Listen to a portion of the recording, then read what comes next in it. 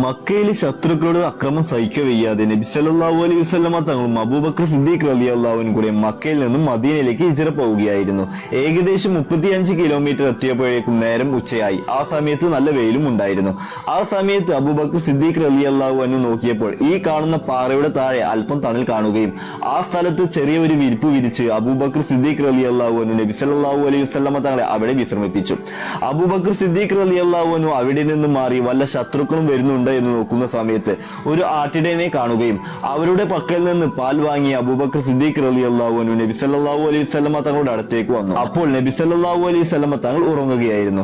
നബി സല്ലല്ലാഹു അലൈഹി വസല്ലമ തങ്ങൾ ഉറക്കത്തിൽ നിന്ന് ഉണർന്നതിന് ശേഷം അബൂബക്കർ സിദ്ദീഖ് റളിയല്ലാഹു അൻഹു കയ്യിലുണ്ടായിരുന്ന പാൽ കൊടുത്തിട്ട് പറഞ്ഞു, നബിയെ തങ്ങൾ ഇത് കുടിക്കൂ. നബി സല്ലല്ലാഹു അലൈഹി വസല്ലമ തങ്ങൾ കുടിച്ചപ്പോൾ അബൂബക്കർ സിദ്ദീഖ് റളിയല്ലാഹു അൻഹു പറയുകയുണ്ടായി, നബിയെ അങ്ങ് ഈ പാൽ കുടിച്ചപ്പോൾ എനിക്ക് വലിയ സന്തോഷമായി. ഇതുപോലുള്ള വീഡിയോകൾ ദിവസം ലഭിക്കാൻ നമ്മുടെ ഇൻസ്റ്റാഗ്രാമോ അതുപോലെ തന്നെ യൂട്യൂബ് സബ്സ്ക്രൈബ് ചെയ്യാനും ഫോളോ ചെയ്യാനും മറക്കരുത്.